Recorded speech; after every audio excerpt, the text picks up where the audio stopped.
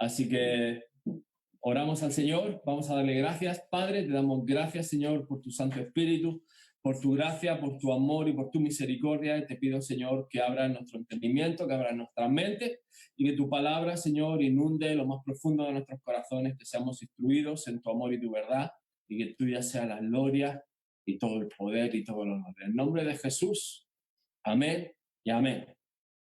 Pues hermanos, la palabra que tengo de parte del Señor hoy, el Señor me ha estado poniendo en mi corazón, es acerca de la lucha del yo. Y como sabéis, todos tenemos una pelea interna entre nuestro yo carnal, nuestro hombre carnal y nuestro hombre espiritual. Y hablo en masculino porque soy hombre, pero todos tenemos esa lucha, seamos hombres o mujeres, de nuestra persona espiritual y de nuestra criatura carnal. Y como saben, en altares familiares vamos siguiendo un poco la historia de Abraham, Isaac, y en este caso coincide que nos tocaría la historia del nacimiento de Esaú y Jacob y el nacimiento de ellos. Y escudriñando la palabra, leyendo la escritura, me daba cuenta de que realmente ese nacimiento es una alegoría, como decíamos la semana pasada, es un ejemplo, es una semblanza de estas dos naturalezas peleando la una con la otra. Una naturaleza que va a ser la naturaleza procesada, que es la naturaleza como la de Jacob, en la que aún naciendo en pecado y naciendo engañador, naciendo mentiroso, el Señor empieza a tratar con su vida, además, precisamente de la misma manera que él empieza a cometer pecados, digamos, de alguna forma, ¿no? Pero él admite el proceso, admite el trato, y el Señor lo lleva, como se dice la palabra, de gloria en gloria hasta cumplir las promesas y cumplir la herencia que él tenía en su padre o su abuelo Abraham y en su padre Isaac, ¿verdad? Esaú, por lo contrario, es desechado, pero es desechado no simplemente por el plato de lentejas. Yo creo que hay un cúmulo de áreas en su vida que no están siendo tratadas, que no están siendo procesadas, y además él rechaza el trato y el proceso de manera que realmente huye de todo trato de Dios. Y como siempre, pues vamos a la escritura para ver esto. Y la primera escritura que encontramos es en Malaquías 1, 2 y 3, y dice: Yo os he amado, dice Jehová, y dijisteis, ¿en qué nos amaste? ¿No era Esaú hermano de Jacob, dice Jehová? Y amé a Jacob, y a Esaú aborrecí, y convertí sus montes en desolación, y abandoné su heredad para los chacales del desierto.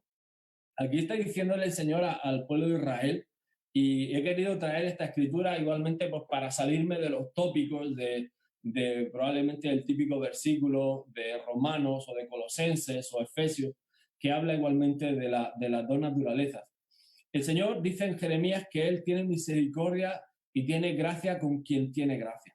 Es decir, y no es que sea una injusticia, sino que realmente el Señor escudriña los corazones, Él sabe desde el principio cuál va a ser el final, y aunque está ese libre albedrío, pero el Señor sabe qué hay en nuestros corazones y qué intenciones tenemos.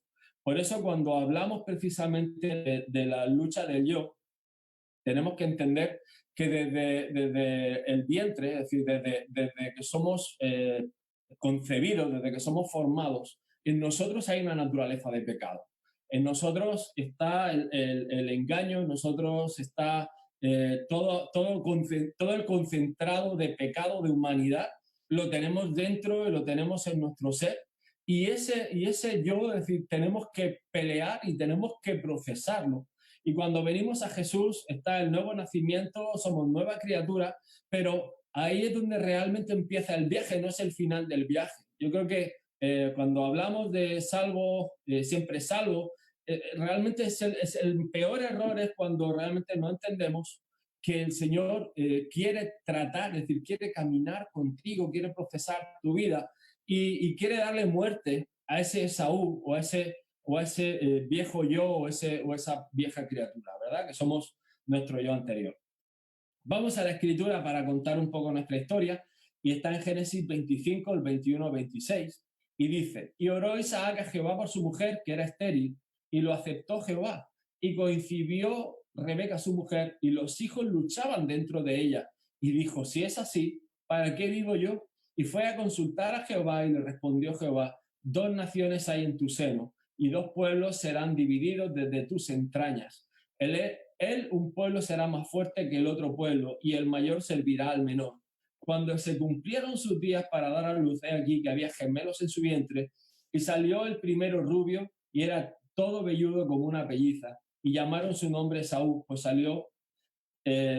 después salió su hermano, trababa su mano al calcañar de Saúl, y fue llamado su nombre Jacob, y era Isaac de edad de 60 años cuando ella los dio a luz. Fijaros que desde el principio vemos el conflicto de los dos hermanos. No simplemente, claro que va a haber dos naciones, va a haber una nación que va a ser redimida, va a ser una nación de Dios. Claro que hay una naturaleza que va a ser redimida, que es la naturaleza de Dios, pero va a haber una naturaleza y va a haber una nación y va a haber naciones que van a ser desechadas simplemente por el hecho de que no aceptaron, no reconocieron a Dios como su Señor y como Salvador. Eso va a ser clave. Es decir, en cualquier aspecto que tratemos en la vida, vamos a ver que las dos naturalezas van a estar chocando y van a estar peleando una detrás de otro. Se cumple también el tópico que cuando dice que el mayor servirá al menor. Y eso es un principio. Es decir, el mayor de todos, Jesús, sirvió a los menores que somos nosotros también. Aunque en este caso tiene también una connotación peyorativa, porque realmente en sí lo es, cuando hablamos del derecho a la primogenitura. Fijaros que cuando Jacob empieza a hablar y empieza Isaac empieza a hablar a Jacob y empieza a darle la bendición, era algo que era tal privilegio, era algo tan precioso para recibir y para dar, y realmente lo que vemos es que de alguna forma pierde Saúl, pierde el sentido, no lo valora. Es decir, no valora la identidad, no valora la promesa. Y estoy seguro, porque en ese entonces todavía estaba Abraham por ahí, estaba todavía andando cuando estos niños nacen. Y estoy seguro que esas historias el abuelo en algún momento las contaría. Contaría las historias cuando el Señor lo llevó a lo alto de la montaña a sacrificar a Isaac. Estoy convencido que les mostraría las estrellas y les diría, miren, aquí me habló el Señor y me dijo que ustedes serían una gran generación. Con lo cual, vemos que aún así lo desechó. Fijaros que para mí la clave está en el Salmo 51 y es, como vemos, la lucha de las dos naturalezas. Y dice, he aquí, en maldad he sido formado y en pecado me concibió mi madre. He aquí, tú amas la verdad en lo íntimo y en lo secreto me has hecho comprender sabiduría.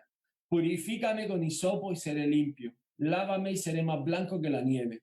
Crea en mí, oh Dios, un corazón limpio. Y eso es una clave preciosa y maravillosa. Nuestro corazón no está limpio si Dios no lo crea. Es decir, si Dios no lo limpia, si Dios no lo hace, de alguna forma estamos caídos de la gracia de Dios, estamos caídos de la salvación, salvo que el Señor nos acoja, nos perdone y, como dice el siguiente versículo, y renueva un espíritu recto dentro de mí. No me eches de delante de ti y no quites de mí tu Santo Espíritu. Esta es otra verdad. Cuando no estamos dándole lugar al Espíritu Santo, cuando no glorificamos al Espíritu Santo, el Espíritu Santo se va, se marcha. Hay gente que piensa que porque Juan 14:17 dice que el Espíritu Santo mora en nosotros, está de manera permanente, pero no es así. En el momento que, sobre todo, el pecado es pecado, sea consciente o inconsciente. Pero si encima conscientemente estamos haciendo lo que no debemos, el Espíritu Santo se va, es decir, la presencia de Dios se va. Con lo cual tenemos que tener cuidado con todas estas cosas, porque vemos que nos caemos de la gracia, es decir, nos salimos de la gracia del Señor. Y ahí es donde tenemos que clamar por misericordia. Dice el rey David, vuélveme el gozo de tu salvación y espíritu noble me sustente, es decir, me dé fuerzas. Entonces enseñaré a los transgresores tus caminos y los pecadores se convertirán a ti. Esto, como vemos siempre, cuando nosotros recibimos gracia, cuando recibimos salvación, siempre hay un punto donde nosotros tenemos que compartir gracia y salvación, donde nosotros tenemos que repartir fe, donde nosotros tenemos que compartir el mensaje de Jesús. Fijaros que dice el siguiente verso: líbrame de homicidios, oh Dios, Dios de mi salvación. Cantará mi lengua tu justicia. Los sacrificios de Dios son el espíritu quebrantado. Al corazón contrito y humillado no despreciarás tú, oh Dios. Fijaros que está diciendo líbrame de los homicidios. Pero es algo muy significativo. El homicidio en la vida de David entra por algo muy inocente, que es estar en la terraza ocioso. Y estaba en la terraza ocioso mirando, en vez de estar donde tenía que estar, ve a una mujer guapa y preciosa y de pronto permite que Satanás entre en su corazón. ¿Qué ocurre? Que acaba dándole muerte al marido de Betsabé. Y acaba mintiendo, acaba engañando. Y esto es lo que David está diciendo. Pero tenemos que darnos cuenta que el origen de todo pecado realmente son pequeños detalles, pequeñas cosas que nos permitimos, pequeñas licencias que nos permitimos y dejamos que Satanás obre, dejamos que Satanás tome lugar y nos lleva a cometer mayores pecados, pero empieza en pequeñas semillas. Y esto es bueno que lo identifiquemos, y esto es bueno que tomemos nota, porque aquí donde está haciendo el punto también David es: los sacrificios de Dios son el espíritu quebrantado, al corazón contrito y humillado no despreciarás tú, Dios. Y esto es algo también a tomar en cuenta. Obviamente vamos a pecar. Nuestra naturaleza ha sido formada en maldad. Hasta que no seamos redimidos por el Señor, estamos sujetos a pecado, estamos sujetos a maldad. Y todos hemos pecado. Es decir, y da igual que simplemente sea ociosidad, como empieza David, pero abres puertas, das lugar al diablo y das lugar a Satanás. Dice: haz bien con tu benevolencia, Sión, edifica los muros de Jerusalén. Es decir, fijaros que está hablando ya de la comunión íntima con el Señor, de edificar los muros, de decir, levanta seguridad en tu ciudad santa, levanta seguridad en nuestras vidas. Entonces te agradarán los sacrificios de justicia, el holocausto y ofrenda del todo quemada, es decir, los sacrificios hechos completamente. Por eso igualmente, cuando estamos ahora de ayuno 40 días, es interesante y es importante que lo hagamos completo. Es decir, que el ayuno sea verdadero, genuino, ofrenda u holocausto del todo quemada. Entonces ofrecerán becerros sobre tu altar, es decir, sacrificios de alabanza y de honra. Señor, abre mis labios, publicará mi boca tu alabanza, porque no quieres sacrificio que yo lo daría, no quieres holocausto. Hazme oír gozo y alegría, y se recrearán los huesos que has abatido. Esconde tu rostro de mis pecados y borra todas mis maldades. Como vimos el domingo, directamente vemos que el Señor borra nuestras maldades. Lo hablábamos de este pasaje que comparte Pastor Bailey acerca de cuando el Señor lo lleva delante de su presencia y ve páginas en blancos en el libro de la vida. Pues precisamente este versículo también lo confirma, que el Señor borra nuestras maldades, pero la actitud nuestra, es decir, nuestro corazón, está en ese espíritu quebrantado, en ese corazón contrito y humillado que busca al Señor. Es decir, no nos vale de nada tener poco espíritu o un espíritu quebrantado si no buscamos al Señor. Podemos tener una falsa actitud también con esto. Por eso digo que todo el proceso es una creación de Dios y como dice este párrafo, es decir, purifícame con hisopo, lávame y seré más blanco que la nieve. Es un proceso de limpieza y es un proceso de creación de parte del Señor, de crear un espíritu limpio, renovar su Espíritu Santo dentro de mí. Ahora, está el engaño. Como todos sabéis, la historia de Jacob y Esaú, o de Esaú y Jacob, el engaño es pieza fundamental de esta historia. ¿Por qué? Porque como saben, y ya estamos en los altares familiares, empiezan las disfuncionalidades del matrimonio. Es decir, Isaac tenía un favorito, Rebeca tenía otro favorito, uno hace unas cosas, uno es cazador, el deportista, el atleta, el otro se quedaba en las tiendas, dice la palabra, y claro, entra un poco los conflictos, las opiniones.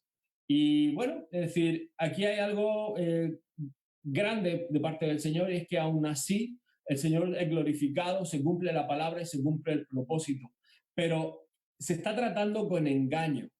Y ahí es donde digo que realmente dice la palabra en Juan, dice que el Señor busca adoradores que le adoren en espíritu y en verdad. En verdad realmente es lo que somos. Y algunas veces, es decir, tenemos que hacer un poco de introspección y ver dónde realmente está la verdad en nosotros. Qué es verdad, qué no es verdad, qué es apariencia, porque realmente Dios quiere quitar toda apariencia de nosotros. Miren, yo no estoy orando por estos 40 días, que venga, de momento, es decir, no estoy orando porque venga el avivamiento, en estos 40 días estoy orando para que el Señor se manifieste. Pero para que el Señor se manifieste tiene que haber una santificación y tiene que haber una purificación, tiene que haber una renovación de nuestro entendimiento. Y cada día más la verdad tiene que cobrar una mayor dimensión de esto. De hecho, el domingo hablaremos sobre la verdad. Fijaros que dice Jeremías, engañoso es el corazón más que todas las cosas y perverso. ¿Quién lo conocerá? Dice yo, Jehová, que escudriño la mente, que pruebo el corazón para dar a cada uno según su camino y según el fruto de sus obras. Es decir, delante del Señor no hay quien se esconda, delante del Señor no hay pretextos, no hay apariencia, delante del Señor lo que hay es, tiene que haber sinceridad, y cuanto más crezcamos en sinceridad, más vamos a encontrar provisión para nuestra necesidad. Miren, el Señor no quiere que vengamos simplemente a pedir, pero sí a decir cómo estamos. Es decir, muchas veces venimos con una apariencia de justicia, pero no somos justos, no somos santos todavía y necesitamos el proceso. Y eso es lo que muchas veces lucha nuestro yo interior, lucha con la apariencia, lucha con el qué dirán, lucha con la mentira, lucha con lascivia, lucha con un montón de pecados. Es decir, ponle el nombre que quieras, pero continuamente estamos luchando. Y te pongo el ejemplo de Saúl. Fijaros que él no se diferencia de cualquier hombre. Lo primero es que Saúl es rechazado, y quiero hacer esta pequeña lista, primero por sus apetitos carnales. Venía tan hambriento, venía tan cansado, venía tan exhausto, que lo primero que le dijo, dame de comer lo que sea. Y el otro hábilmente le dice, si me das tu primogenitura, te doy del guiso. Y el otro le dijo, hecho, no hay ningún problema. Pero claro, estaba menospreciando las promesas de Dios. Y eso es algo que, hermanos, tiene que hacernos recapacitar y tiene que hacernos pensar cómo menospreciamos las promesas de Dios, cómo echamos por tierra las palabras que Dios nos dice, porque eso nos descalifica. Es decir, menospreciamos la primogenitura, todos hemos sido llamados hijos de Dios. Menospreciar la primogenitura tiene un peligro de no apreciar las cosas que Dios tiene para nosotros, los llamados, los ministerios, el servicio en la iglesia. No menospreciemos el privilegio que tenemos de tener una iglesia, de tener esa oportunidad de servir al Señor. No menospreciemos lo que Dios ha hecho en la cruz del Calvario por nosotros. No menospreciemos los dones que Dios te ha dado, los talentos que Dios te ha dado. Siguiente, empieza que se casan con hijos de los heteos, cuando sabe de sobra que su madre era de Padán Aram y que viene de la casa de Labán y del origen de su abuelo, pero él le da igual y se sigue por sus instintos, por sus lascivias, por su instinto. Literalmente, se casa con quien no debe, sabiendo que él no debía de casarse. Ahora, cuando se da cuenta de que su hermano abandona el campamento y se va a Padán Aram, a casa del tío Labán, entonces se enciende en ira y venganza. Y ahí es cuando muchas veces, es decir, como no me sale como yo quiero, como no sale como a mí me gusta, entonces me enfado, me levanto, me irrito y entro en ira, o entro en rencores, entro en falta de perdón. Y miren, fijaros que se convierte, como estamos aquí, en un tipo de carnalidad. Es decir, todo esto es el cóctel molotov de, fijaros que es tan sencillo. El apetito carnal, el apetito de la carne, es el mismo pecado que Adán y Eva. Y es el mismo pecado, es la misma, dices tú, Eva fue engañada por la serpiente, que le contó medias verdades, pero esas medias verdades eran mentiras. Y fue por un fruto, fue por probar o por experimentar o por intentar que se convierte en un desecho de parte de Dios.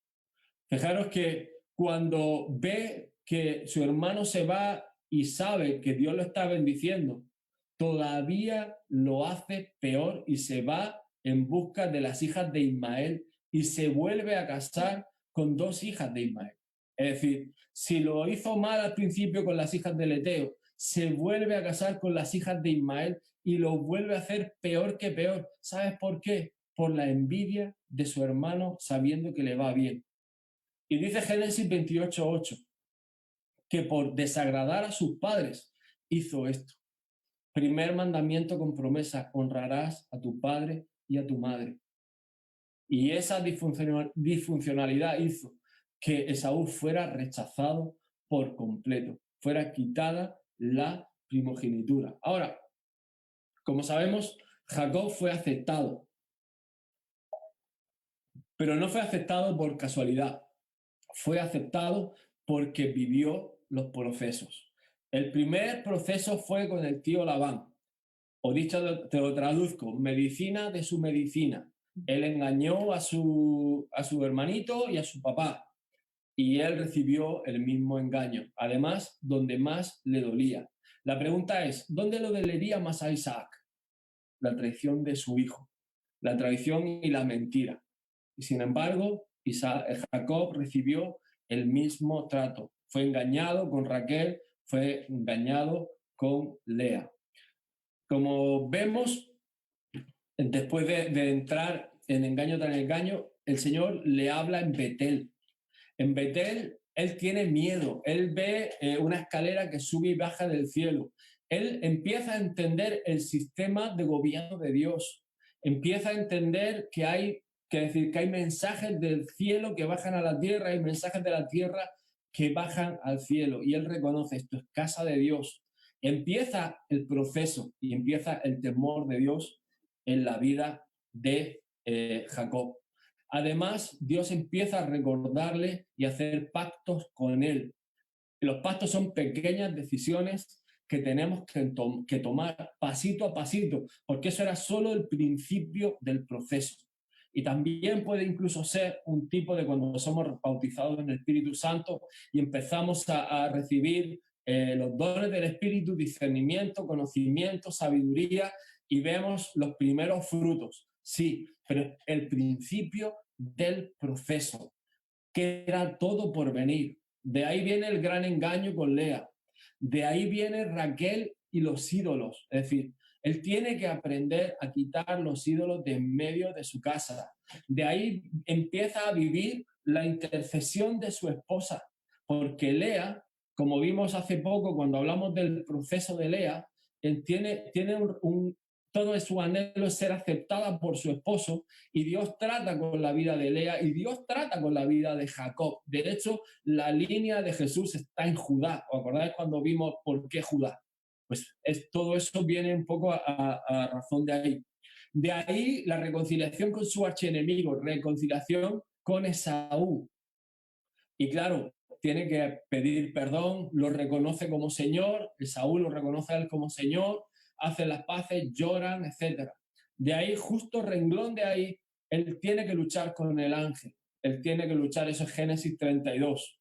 Y ahí es donde su vida es transformada, donde su nombre es cambiado y es en lucha con Dios. Él, el prefijo él, habla de Dios. Y Israel es pleito, contienda, y él estuvo tratando, él estuvo combatiendo con Dios hasta que Dios cambió su manera de caminar, hasta que Dios cambió su manera de vivir. Fijaros que sigue hacia adelante y cuando él está en Betel precisamente, fijaros qué palabra recibe. Dice, he aquí yo estoy contigo y te guardaré por donde quiera que fueres y volveré a traerte a esta tierra, porque no te dejaré hasta que ella haya hecho lo que te he dicho. Y esto es algo que para mí es clave, lo que estamos hablando. Esto es el encuentro en Betel. No te dejaré hasta que haya hecho lo que te he dicho. Es decir, no voy a dejar el proceso hasta que entres en las promesas que son tuyas y que tienen eternidad para ti. Y despertó Jacob de su sueño y dijo, ciertamente Jehová está en este lugar, y yo no lo sabía. Y tuvo miedo y dijo, cuán terrible es este lugar, no es otra cosa que casa de Dios y puerta del cielo. Fijaros, por eso digo que al principio él empezó a ser tratado precisamente por ese temor de Dios. Y el temor de Dios es el principio de la sabiduría. El temor de Dios es lo que nos empieza a tratar con nuestro viejo yo, es lo que empieza a matar al Esaú dentro de nosotros, el que empieza a erradicar esa naturaleza de pecado de nosotros, el guardarnos, el preservarnos en santidad, guardarnos santos, es el proceso del temor del Señor y de dejar de hacer cosas, de dejar de hábitos, de dejar viejas maneras de vivir o ciertos apetitos carnales por amor a Dios y por temor de su nombre. Y no es malo tener temor de Dios, al revés, es santo, es bueno y es justo. Dice, se levantó Jacob de mañana y tomó la piedra que había puesto de cabecera y la alzó por señal, Betel, aunque Luz era el nombre de aquella ciudad primero, pero él la llamó diciendo, si fuere Dios conmigo y me guardare en este viaje en que voy, y me diere pan para comer y vestido para vestir, y si volviera en paz a casa de mi padre, Jehová será mi Dios, y esta piedra que he puesto por señal será casa de Dios, y de todo lo que me dieres, el diezmo apartaré para ti. Fijaros que aquí trata todo aspecto: comida, vestido, paz, protección, guarda, y todo eso estaba en la casa de Dios. Todo estaba eso al empezar el viaje, antes de empezar el proceso. Y miren, es clave los diezmos y la ofrenda para guarda, para protección de nuestras vidas, para poder traer ante cualquiera que sea nuestra causa delante del Señor. Es clave, es necesario y es testimonio delante del Señor de que yo le pertenezco a Dios y Él me va a tener con bien y no me va a faltar de nada, Él me va a guardar. Miren, esto es pacto delante del Señor. Y ahora vamos a hablar, por tercero y último, estamos acabando en esta noche, de Israel. Israel, como sabéis, el nombre significa contendió con Dios, peleó con Dios. El prefijo él habla de Dios. Pero aquí hay una transformación y hay una experiencia de Jacob que a mí me parece bastante poderosa y bastante reseñable. Y quiero ir a Génesis 32, 24, 30 y leerte un poquito. Dice, así se quedó Jacob solo y luchó con él un varón hasta que rayaba el alba, y cuando el varón vio que no podía con él, tocó en el sitio del encaje de su muslo y se descoyuntó el muslo de Jacob mientras con él luchaba. Y dijo, déjame porque raya el alba. Y Jacob le respondió, no te dejaré si no me bendices. Y el varón le dijo, ¿cuál es tu nombre? Y él respondió, Jacob. Y el varón le dijo, no se dirá más tu nombre Jacob, sino Israel, porque has luchado con Dios y con los hombres y has vencido. Entonces Jacob le preguntó y dijo, declárame ahora tu nombre. Y el varón respondió, ¿por qué me preguntas por mi nombre? Y lo bendijo allí y llamó Jacob el nombre de aquel lugar Peniel, porque dijo, vi a Dios cara a cara y fui librada mi alma. Y miren, les tengo que decir algo. Él pudo prevalecer porque estaba dispuesto a ser procesado. Él estaba dispuesto al trato de Dios, estaba dispuesto a dejar que Dios cambiara su manera de caminar. Él estaba dispuesto, él había visto al Señor, estaba en su camino de regreso y se encuentra con el ángel y deja a su familia y tiene que tomar esa decisión de manera personal. Y él está preguntando, y esto yo no había caído en esto, pero él estaba preguntando, ¿cuál es tu nombre? Ahora te voy a hablar de ese nombre que él recibe, que él entiende. Porque aquí está Dios tratando con él directamente. Y sí, yo puedo contender con Dios, pero puede acabar mal o puede acabar bien. Y que acabe bien depende de que yo deje que mi vieja naturaleza muera y que el nuevo hombre crezca. Que el trato de Dios dé fruto y fruto en abundancia. Que yo conozca a Dios como debo de conocerlo, en provisión, en guarda, en paz, en sometimiento, en todo tipo de bendición. Pero permito que Dios procese mi vida. Y es aquí donde empieza el cambio. Fijaros que yo tengo que confesar que iba a acabar esta prédica con Colosenses 3, me iba a Romanos 8, hablando de la vieja naturaleza, del viejo hombre. Pero he entendido una cosa, estudiando la palabra y viendo al Señor. Elohim, el término Elohim, es 2500 veces mencionado en el Antiguo Testamento. Y como hemos dicho, Israel tiene el prefijo es y él. Él concretamente habla de Dios, es contienda. Pero Elohim habla de Dios en plural, un Dios que es tripartito, un Dios que es tres partes. Y aquí es donde está el mayor misterio para mí, a través de la escritura, que he entendido este viaje. Porque sigue leyendo en Génesis 33, 18-20 y dice, después Jacob llegó sano y salvo a la ciudad de Siquem, que está en la tierra de Canaán, cuando venía de Padán-Aram, y acampó delante de la ciudad y compró una parte del campo donde plantó su tienda, de manos de los hijos de Amor, padre de Siquem, por 100 monedas, y erigió allí un altar y lo llamó el Elohe Israel. Y esto significa directamente que Él es el Dios plural de Israel. Es Dios Padre, Él contendió, quien dice que con el mismo Jesús, pero al mismo tiempo el Espíritu de Dios ya lo acompañaba. Él tuvo una revelación de un Dios tripartito. Y por eso lo primero que hace es que el 100 habla de fructífero, habla de bendición. El 100 habla de compleción de trato, habla de una plenitud. Por eso cuando damos fruto a 100 por uno, estamos cumpliendo perfectamente el llamado que Dios tiene. Pero Él pagó el precio y lo pagó al 100 por uno. Pero al mismo tiempo entendió que el que tenía que recibir la gloria era ese Dios tripartito, tripersonal, ese Padre, Hijo y ese Espíritu Santo.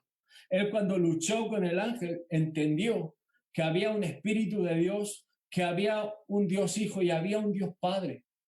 Y él dice, y Él es el Dios tripartito de Israel. Él es el que me acompaña. Él es el que guarda a Israel. Aunque haya combatido con Él, pero Él es el que me ha guardado y entiende que tiene que darle la gloria. Y en su casa implanta este altar. Elohim Israel, el Dios 3 en 1, nuestro Dios. Y por eso he querido poner que se menciona 2500 veces porque no es casualidad.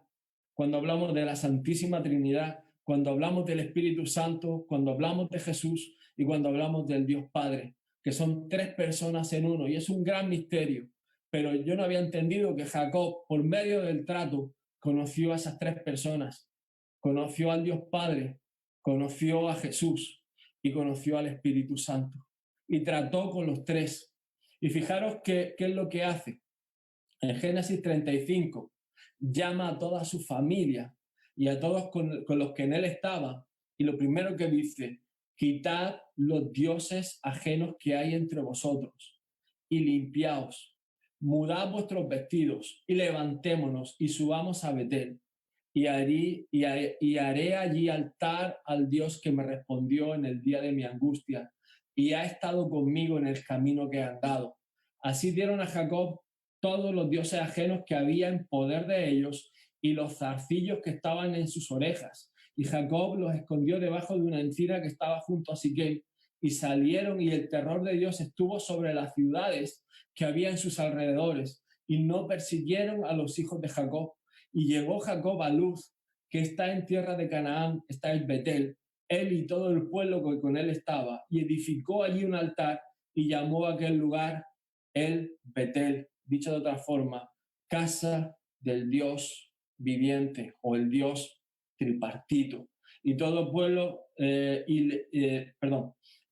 y todo el pueblo que con él estaba, y edificó allí un altar y llamó a aquel lugar el Betel, porque allí le había aparecido a Dios cuando vio de su hermano y le dijo, Dios tu nombre es Jacob y no se llamará más tu nombre Jacob, sino Israel será tu nombre. Y llamó su nombre Israel y también le dijo, yo soy el Dios omnipotente, crece y multiplícate. Una nación y conjunto de naciones procederán de ti, reyes saldrán de tus lomos. Fijaros que el proceso se acaba cuando Él permite que se trate con toda su familia. Él es el sacerdote, el que limpia su casa. Él sabía que había idolatría en su esposa. Él sabía que había zarcillos. Los zarcillos eran símbolos de esclavitud. Y estaba quitando todo yugo, toda podredumbre, toda atadura del pasado. Estaba quitando toda señal de sumisión de la vieja naturaleza, del viejo pasado, del viejo yo. Estaba quitando toda atadura de en medio de ellos y lo lleva a la casa de Dios, donde está el Dios vivo, el Dios Padre, el Hijo y el Espíritu Santo, para que levanten un altar y ofrezcan sacrificios. Y testifica que el único que lo libró en su día de su angustia era Él. Y en medio de una aflicción, y no dice cuál era, pero dice que los pueblos de alrededor estaban seguidos por oscuridad. Es decir, imaginaros que había algo parecido a lo que estamos pasando, pero dice que nada de esto persiguió a los hijos de Jacob, es decir, nada de esto siguió a los hijos de Jacob, pero Jacob tuvo que llegar a la casa de Dios, habiéndose purificado y habiendo renovado otra vez sus votos, habiendo metido a toda su casa en santidad y en compromiso, habiendo pactado a sus hijos. Y Dios le dice, yo soy el Dios omnipotente, crece y multiplícate, porque naciones procederán de ti y reyes saldrán de tus lomos. Miren, wow, o sea, estaba leyendo toda esta parte y les confieso, mis hermanos, que por años no había entendido el proceso de los altares de Jacob. Por años no había comprendido que el Señor lo llevó de altar en altar para revelar su persona, su presencia. No había comprendido, hermanos, que el Señor quería renovar ese voto, quería darse a descubrir como persona. Y eso es lo que más me importa en el día de hoy y en estos 40 días, que descubramos la persona del Espíritu Santo, que descubramos la persona de Jesús, que recibamos al Padre como Padre, que empecemos a vivir el Padre como Padre y que tengamos un mayor conocimiento de la gloria del Señor, que tengamos un mayor entendimiento del Espíritu Santo, de los dones, que podamos recibir ese bautismo, esa nueva unción, que realmente podamos levantar esos altares y llegar a nuestras casas, a nuestras familias, perdón, y podamos dar esa palabra de luz, podamos llegar a ser esa luz y levantar ese altar y quitar toda idolatría, quitar todo yugo de esclavitud. Eso, miren, quitar los zarcillos, habla de aquellas cosas que han estado atando a nuestra familia por años. Todas esas cosas que han estado, esos pecados familiares que sabemos que están ahí, pero no hemos tenido la autoridad o no hemos tenido la capacidad. Pero vemos aquí en la vida de Jacob que las tenemos y que nos podemos levantar como sacerdotes, que podemos levantar un altar, que podemos ministrar la presencia de Dios y podemos santificar nuestra casa. Pero depende de nuestro proceso. Depende que dejes que tu viejo hombre muera, que Esaú sea desechado y que Jacob pelee con el Señor, que contiendas por recibir la bendición, lucha por tener tu llamado, lucha por tu familia, lucha por tener lo que Dios tiene para ti, lucha por recibir las promesas de Dios, no te rindas, no te canses, no desmayes, no te angusties, no te deprimas, lucha por recibir lo que Dios tiene para ti en este día, en esta hora. Dios tiene cosas grandes para cada uno de vosotros. Dios tiene promesas grandes para cada uno de vosotros. Dios no se ha olvidado. Dios no te ha mentido. Dios no se ha despistado. Dios tiene cosas grandes para tu vida, pero va a depender de cómo luchas y de cómo estás enfrentando la pelea en este día. Dios quiere hablarte. Dios quiere hablar en tu corazón.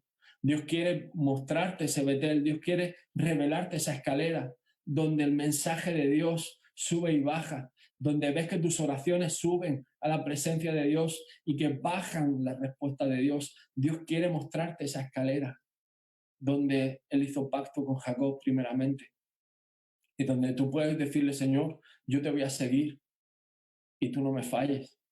Y sabes lo mejor, Dios no te va a fallar. Dios va a estar contigo en todo momento y Dios te va a llevar de victoria en victoria, de gloria en gloria. Dios no te va a fallar en ningún momento.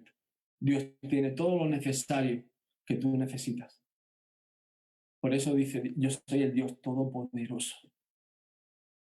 Y cuando leía esto, de verdad, wow, mi espíritu se encendía, porque digo, aquí descubre a un Dios que tiene tres partes.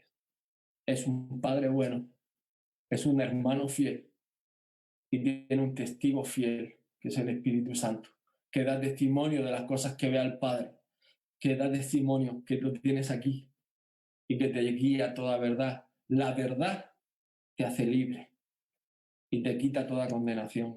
La restauración de Dios es maravillosa.